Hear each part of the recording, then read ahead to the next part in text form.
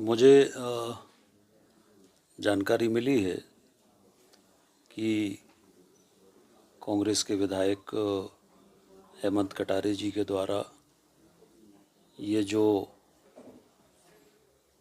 सौरव शर्मा जो ये पूरा जो परिवहन का विषय जो सामने आया है और जो रेड हुई है और जो सौरव शर्मा के यहाँ से जो भी सोना वगैरह या जो भी पकड़ा गया है, इस संबंध में हेमंत कटारे जी ने कहा है कि सौरव शर्मा की नियुक्ति मेरे द्वारा हुई थी या मैंने अनुशंसा की थी, ये पूरी तरह से असत्य है। मैं पहले भी इस बात को कह चुका हूँ कि वो एक भी ऐसी नोट शीट दिखा दें कि जिसमें मैंने सौरव शर्मा की नियुक्ति की अनुशंसा की हो या अनुमोदन किया हो या सहानुभूतिपूर्वक विचार करने के लिए लिखा हो। मैंने कभी भी सौरव शर्मा की ना नियुक्ति की अनुशंसा की। एक सामान्य रूप से मंत्रियों के पास आवेदन आते हैं तो विभाग को भेज देते हैं, पर नियुक्ति का अधिकार भी परिवहन मंत्री को नहीं होता, ये आयुक्त ट्रांसपोर्ट कमिश्नर को होता है। तो मेरे द्वारा ना कोई अनुशंसा की गई, ना कोई सहानुभूतिपूर्वक विचार करने के लिए लिखा गया, ना मेरे द्वारा कोई आदेश किया गया। हम सब जानते हैं, पूरा प्रदेश जानता है कि हेमंत कटारे मैनेज होके पत्रकार वार्ता करते हैं या मैनेज होके आरोप लगाते हैं।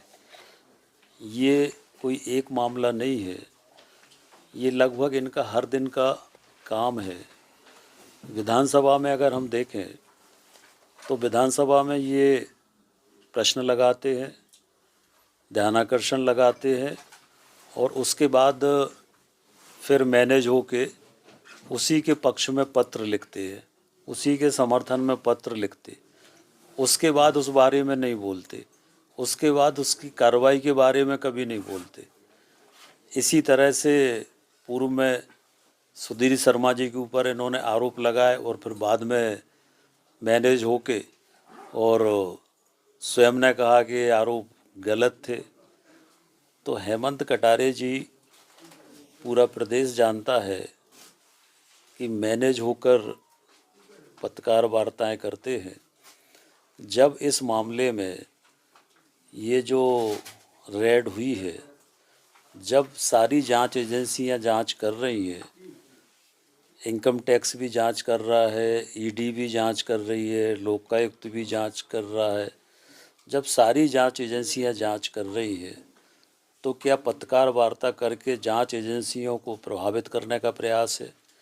क्या जो असली आरोपी है उनको बचाने का प्रयास है? क्या उनको बचाने के लिए ये सारा जो मामला है वो डाइवर्ट करने का प्रयास हो रहा है? पर मैंने पहले भी कहा और आज फिर कह रहा हूँ कि जांच में सत्यता आएगी और जो भी आरोपी हैं वो सारे आरोपी, उन पर कार्रवाई सरकार करेगी। जहाँ तक हेमंत कटारे जी का सवाल है, ये स्वयं 376 के आरोपी रहे हैं और 376 एक महिला पत्रकार की तरफ से ये केस रजिस्टर्ड हुआ था और उस केस में मुझे मालूम है कि उस एफएसएल के माध्यम से वो जो पॉजिटिव रिपोर्ट थी रेप की, उसको किस तरह से नेगेटिव किया गया, वो पूरी कहानी मुझे पता है। वो भी मैं सामने लाऊंगा कि कैसे वो नेगेटिव रिपोर्ट हुई। इसकी पुनः जांच के लिए भी मैं लिखूंगा। और हेमंत कटारे जी की भोपाल में आज अनेक प्रॉपर्टी हैं, अनेक संपत्ति हैं, ये कहाँ से आई?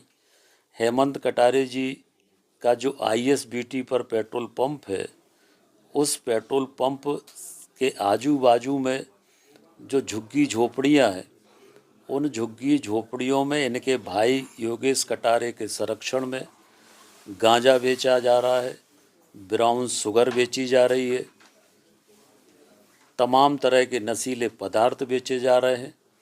इनके खुद भाई के ऊपर, योगेश कटारे के ऊपर 35 आपराधिक प्रकरण है और ये चुनाव के समय भी भिंड में कैसे चुनाव जीते ये भी मुझे मालूम है। भोपाल से अपराधियों को ले जाकर बूथ कैप्चरिंग करके ये इन्होंने चुनाव जीता। तो वो पूरे समय भोपाल में रहकर और मैनेज होकर इसी तरह से लोगों पर आरोप लगाते हैं, पर मैं उनको मैनेज करने वाला नहीं हूँ। मेरा राजनीतिक जीवन खुली किताब की तरह है। और उन्होंने कहा कि सौरभ शर्मा की नियुक्ति मालथौन चेक पोस्ट पर मेरे समय में हुई थी। मेरे समय में सौरभ शर्मा की ना केवल मालथौन चेक पोस्ट, किसी भी चेक पोस्ट पर नियुक्ति नहीं हुई। मेरे समय में ऐसा परिवहन मंत्री था जिसने पूरे प्रदेश में चेक पोस्ट बंद कर दिए थे। तो उनको तो मेरी प्रशंसा करना चाहिए कि मैंने तो चेक पोस्ट बंद किए थे।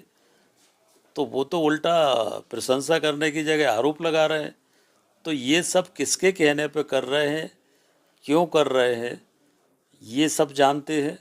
और ये पूरी तरह से एक असली आरोपियों को बचाने के लिए मामले को डाइवर्ट करने की कोशिश हो रही है।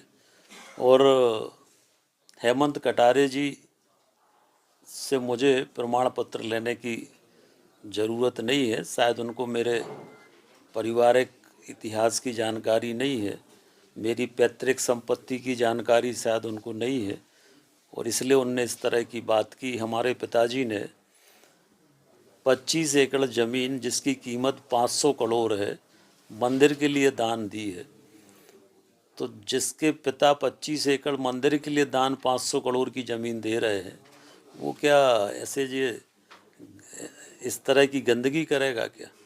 तो ये पूरी तरह से मैनेज होकर ये पत्रकार वार्ता की है। हम इसकी खिलाफ मानहानि भी करेंगे। और ये क्यों हो रहा है, इसके पीछे कौन है, ये सबको मालूम है। और कैसे कैसे मैनेज होते हैं ये भी मुझे पता है। और इसमें भी कैसे मैनेज हुए वो भी मुझे पता है। और इसमें भी क्या मिला वो भी मुझे पता है। इन पे कुछ